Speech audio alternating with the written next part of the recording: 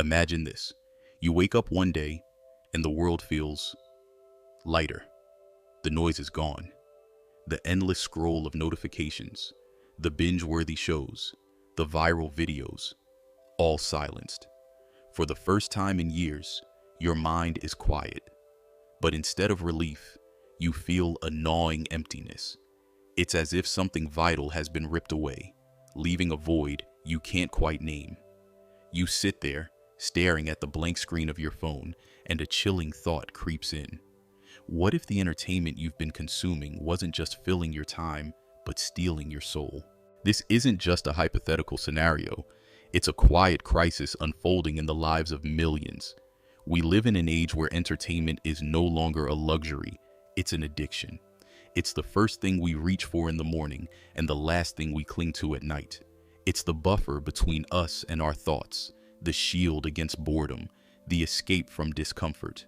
But what if this escape is a trap? What if the very thing we turn to for comfort is quietly eroding the essence of who we are? Consider this paradox.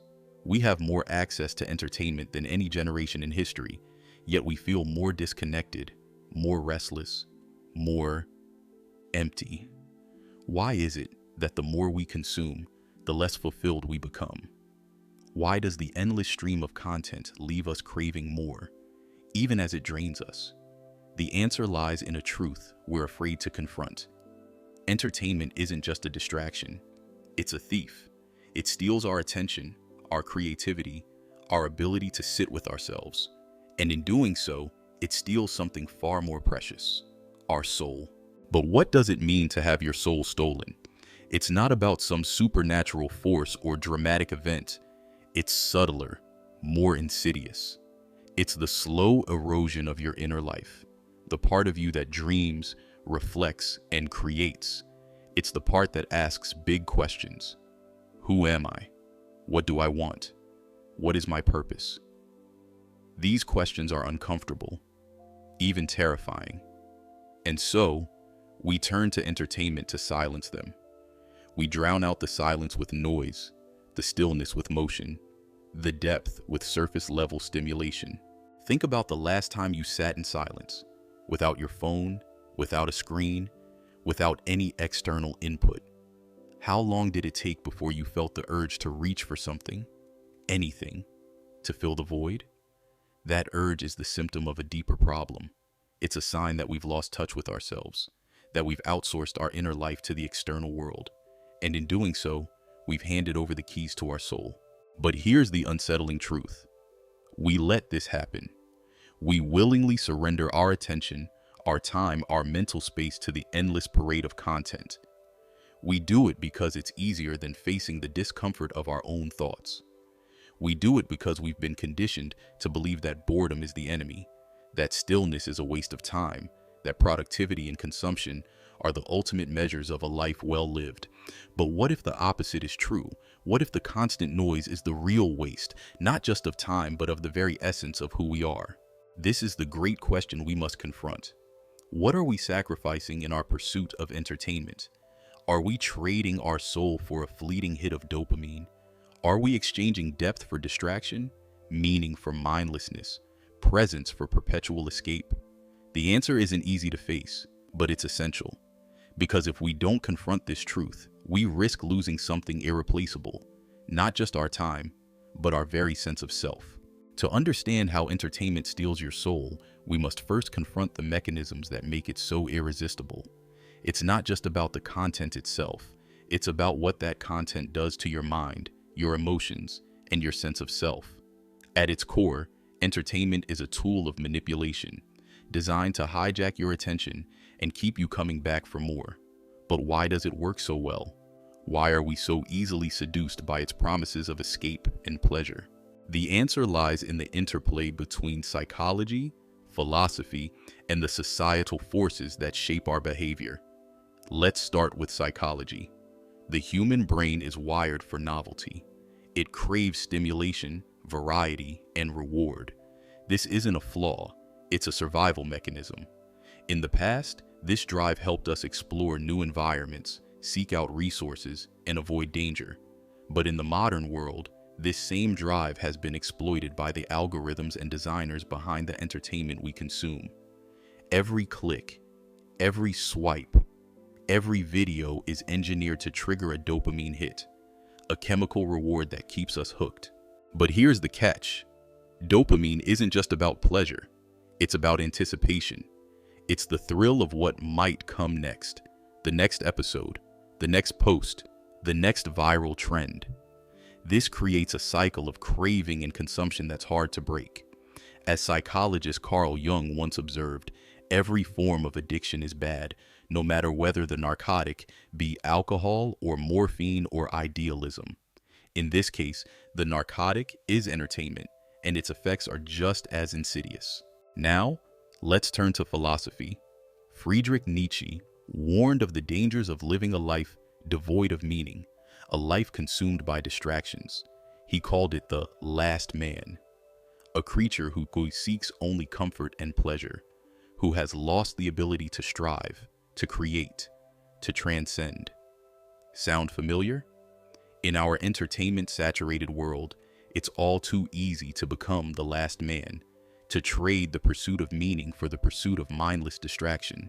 Arthur Schopenhauer, another philosopher who grappled with the human condition, saw this tendency as a form of escapism. He believed that life is inherently filled with suffering, and that humans will do almost anything to avoid confronting that suffering. Entertainment, in this sense, is a modern-day opiate, a way to numb the pain of existence, to avoid the hard questions and uncomfortable truths. But as Schopenhauer also noted, this avoidance comes at a cost. It keeps us trapped in a shallow, superficial existence, never fully engaging with the depth and complexity of life. And then there's Aldous Huxley, whose dystopian vision in Brave New World feels eerily prescient. In Huxley's world, people are controlled not through force, but through pleasure. They are kept docile and distracted by endless entertainment, never questioning the system that enslaves them. Huxley's warning is clear. The greatest threat to freedom isn't oppression, it's distraction. When we're too busy consuming, we stop thinking. And when we stop thinking, we stop questioning. But the problem isn't just psychological or philosophical, it's also societal. We live in a culture that glorifies busyness and productivity, that equates stillness with laziness and introspection with self-indulgence. This creates a perfect storm. We're too exhausted to engage with anything meaningful, so we turn to entertainment as a form of relief. But this relief is a mirage. It doesn't replenish us. It depletes us. It doesn't bring us closer to ourselves. It pulls us further away. And here's the most insidious part. Entertainment doesn't just distract us from our problems. It shapes how we see the world. It influences our values, our desires, our sense of what's possible. It tells us what to want, what to fear, what to aspire to. In doing so, it colonizes our inner life, replacing our authentic desires with manufactured ones. We start to measure our worth by the number of likes we get, our happiness by the quality of our escapism, our identity by the media we consume. This is the hidden problem at the heart of our entertainment-driven world. It's not just stealing our time, it's stealing our agency. It's shaping who we are, often without our consent. And the more we consume, the more we lose touch with the deeper, more authentic parts of ourselves. The theft of the soul by entertainment is not a solitary crime. It's a collective one. Its consequences ripple outward, shaping not only individual lives, but the very fabric of society. To see this clearly, we must step back and examine the broader patterns, the way entertainment molds our relationships, our values, and even our capacity for empathy. It's a silent force, operating beneath the surface, and its effects are far more profound than we realize. Consider this. When was the last time you had a conversation that wasn't interrupted by a notification, a glance at a screen, or the urge to share something you just watched? Our relationships are increasingly mediated by technology and entertainment. We're physically present, but mentally absent. Our attention fragmented by the constant pull of digital distractions. This erosion of presence has a name: continuous, partial attention. It's the state of being perpetually distracted, never fully engaged with the people or moments in front of us. and it's killing our ability to connect. Jean-Paul Sartre, the existentialist philosopher, once wrote, "Hell is other people." But in our entertainment-saturated world, hell might actually be the absence of other people, or at least the absence of genuine connection. We're surrounded by people, yet we feel more isolated than ever. Why? Because entertainment has become a substitute for intimacy. It's easier to binge a show than to have a difficult conversation. It's easier to scroll through social media than to sit with the discomfort of loneliness. But in choosing ease over depth, we sacrifice the very thing that makes us human, our capacity for meaningful connection. And then there's the impact on our values. Entertainment doesn't just reflect culture, it shapes it. It tells us what to aspire to, what to fear, what to care about. Think about the messages embedded in the media we consume: the glorification of wealth, the obsession with appearance, the normalization of violence. These messages seep into our subconscious, shaping our desires and priorities without us even realizing it. Over time, we start to internalize these values, measuring our worth by external standards rather than inner ones. This shift has profound implications for our sense of identity. Viktor Frankl, the psychiatrist and Holocaust survivor, argued that the search for meaning is the primary drive of human existence. But in a world dominated by entertainment, meaning is often replaced by distraction. We're so busy consuming that we never stop to ask the big questions. Who am I? What do I stand for? What is my purpose? Without these questions, our sense of self becomes fragmented, a patchwork of external influences rather than an authentic expression of who we are. But the consequences don't stop at the individual level. They extend to society as a whole. Entertainment has become a tool of social control, a way to pacify and distract the masses. This isn't a conspiracy theory, it's a well-documented phenomenon. Think about the Roman Empire's use of bread and circuses to keep the populace compliant. Or consider Huxley's warning in Brave New World.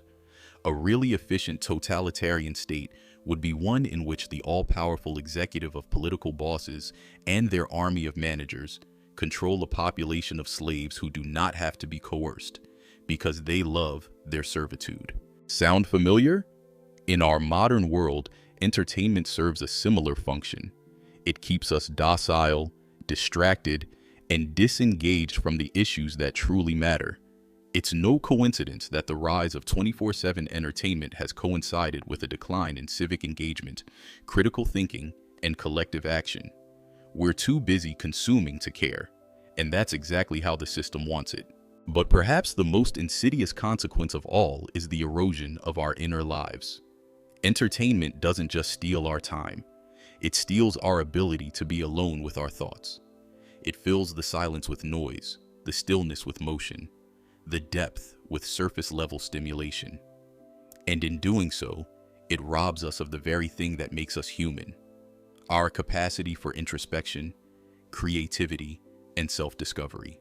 Think about the last time you had a truly original thought. Was it while scrolling through social media, or was it in a moment of quiet reflection?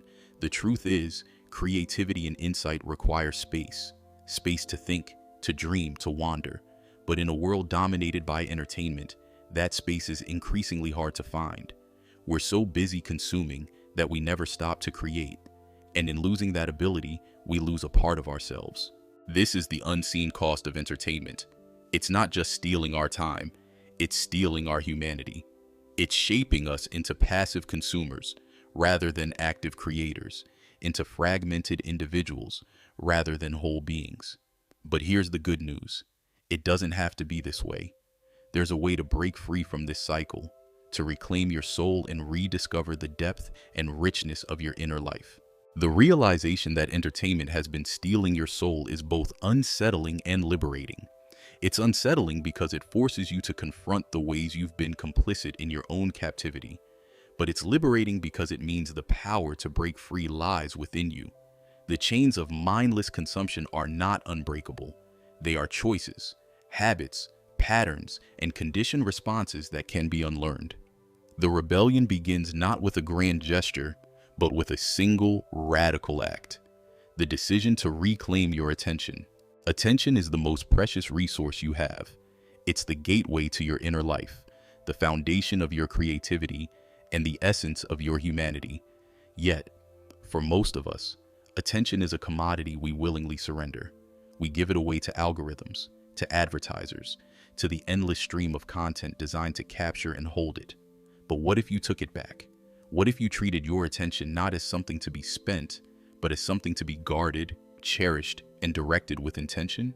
This is the first step in the rebellion. Cultivating awareness. Begin by observing your habits. Notice when and why you reach for entertainment. Is it out of boredom, anxiety, loneliness? These moments of discomfort are not flaws. They're opportunities. They're invitations to sit with yourself, to explore the depths of your inner world rather than escaping into the shallows of the external one. As Carl Jung once said, "Who looks outside dreams, who looks inside awakes." The second step is creating space.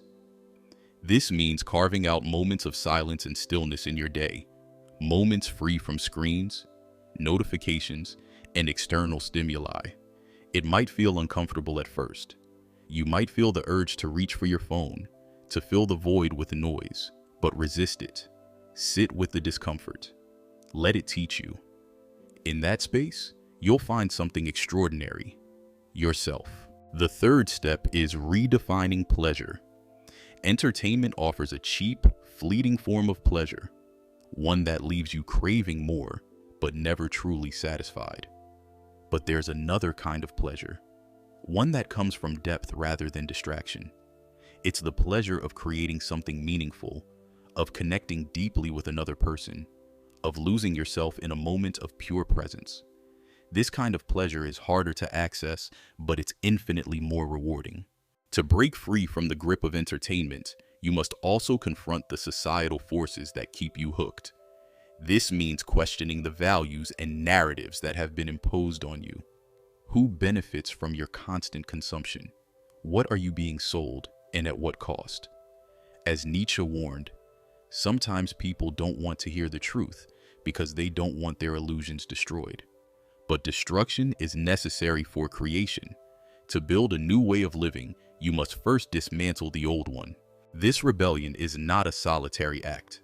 Throughout history, there have been those who dared to break free from the dominant culture, who chose depth over distraction, meaning over mindlessness.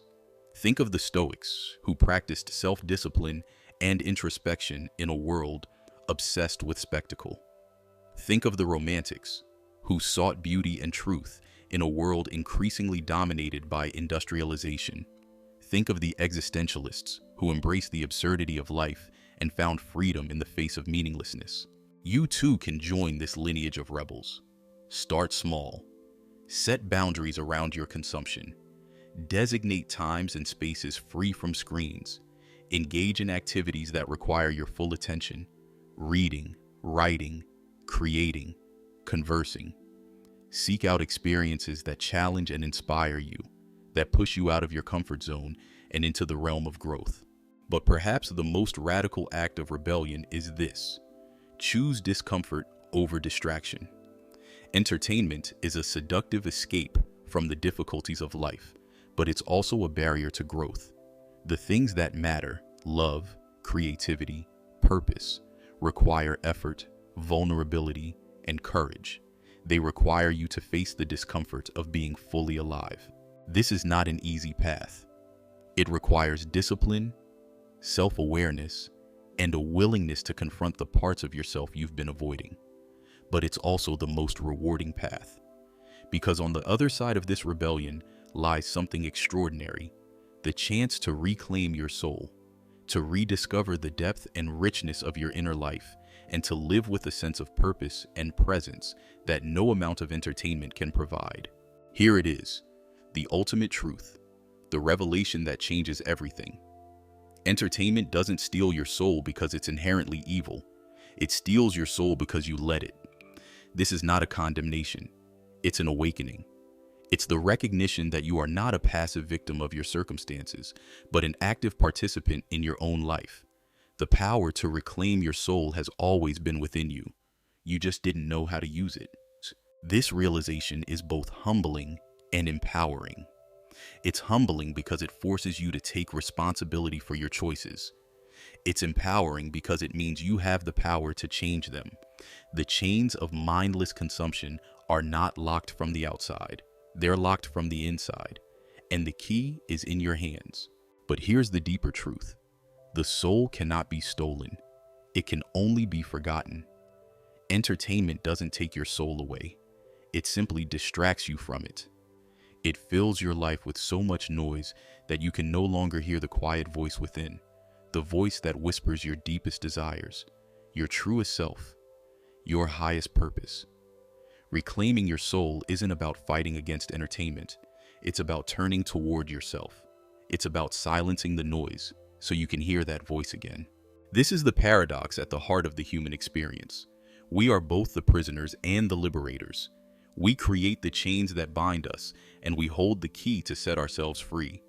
The journey to reclaim your soul is not about rejecting the external world. It's about rediscovering the internal one. It's about remembering who you are beneath the layers of distraction, conditioning, and noise. And who are you? You are not the sum of your consumption. You are not the shows you watch, the posts you like, or the trends you follow. You are not even the thoughts in your head or the emotions in your heart. You are the awareness behind it all, the silent witness, the eternal presence, the essence of being itself. This is the ultimate truth. Your soul is not something you have, it's something you are. When you realize this, everything changes. Entertainment no longer has power over you because you no longer need it to fill the void. The void was never real. It was just a shadow, a trick of the mind. The moment you turn toward yourself, the moment you embrace the fullness of your being, the void disappears. And in its place, you find something extraordinary: wholeness. This wholeness is not something you achieve. It's something you remember. It's the recognition that you are already complete, already enough, already whole. Entertainment can't give you this, but it can't take it away either. It can only distract you from it. And once you stop being distracted, once you stop searching for wholeness outside yourself, you realize it was within you all along. This is the final, most powerful realization. You are the source of your own fulfillment. Not entertainment, not external validation, not fleeting pleasures. You. The moment you embrace this truth, you become free. Free from the need to consume. Free from the fear of boredom. Free from the illusion of lack. You become the author of your own life, the creator of your own reality, the keeper of your own soul. And so, the journey comes full circle. What began as a question, "Why are you so anxious?" ends with an answer, "Because you forgot who you are." But now, you remember. Now you know. And with this knowledge comes a new way of being, a new way of living, a new way of seeing the world. The noise will still be there. The distractions will still beckon, but they will no longer have power over you because you have something they can never take away: the quiet, unshakable certainty of your own being. This is the ultimate rebellion, the ultimate freedom, the ultimate truth. So, what will you do with this truth? Will you return to the noise, or will you embrace the silence? Will you continue to chase distractions, or will you turn towards yourself? The choice is yours. And in that choice lies the power to reclaim not just your soul, but your life. This is the end of the journey, but it's also the beginning. Because now, you know. And knowing changes everything. Thanks for watching. Be sure to comment, like, share, and subscribe.